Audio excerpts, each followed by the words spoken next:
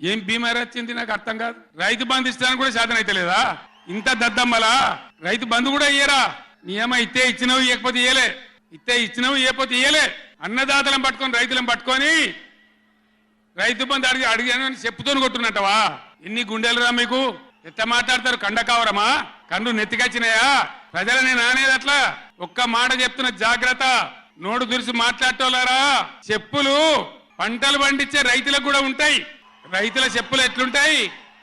బందోబస్తుకుంటాయి. బాగా రైతుల చెప్పులు ఎట్లుంటాయి? బందోబస్తుకుంటాయి, గట్టిగా ఉంటాయి. ఒక్కటే చెప్పు దెబ్బతో మూడు పళ్ళు ఊసిపోతాయి. దానికోసమైనా మీరు అడిగేది?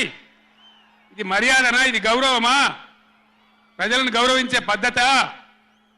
నీకు చేత కాకపోతే మాఫీ చేయండి, నేను ఎందుకు చేరిస్తా అని చెప్పాలి. వెళ్తలేదు అని చెప్పాలి, మాకు చేయలేదు అని చెప్పాలి. కానీ అడిగినోని చెప్తోని కొట్టాలి. కేసీఆర్ సెలవు నల్గొండ అంటే కేసీఆర్ను తిరగనీయం. ఇంత మగోళ్ళ కేసీఆర్ను తిరగనియారట. తెలంగాణ తెచ్చిన కేసీఆర్నే తిరగనియారా? ఏం చేస్తారు? చంపేస్తారా? దా చంపుతావా? దా వ్యాపారం చంపుతావు? దా కేసీఆర్ని చంపి మీరు ఉంటారా? ఇది పద్ధత? ప్రతిపక్ష పార్టీ తప్పకుండా ప్రజల సమస్యల మీద వస్తుంది, ప్రజల మధ్య అడుగుతుంది, వాదన చెప్తుంది. నీ దమ్ముంటే మేము చేసిన దానికన్నా ఇంకా మంచిగా చేసి చూపి, కరెంటు మంచిగా చూపి.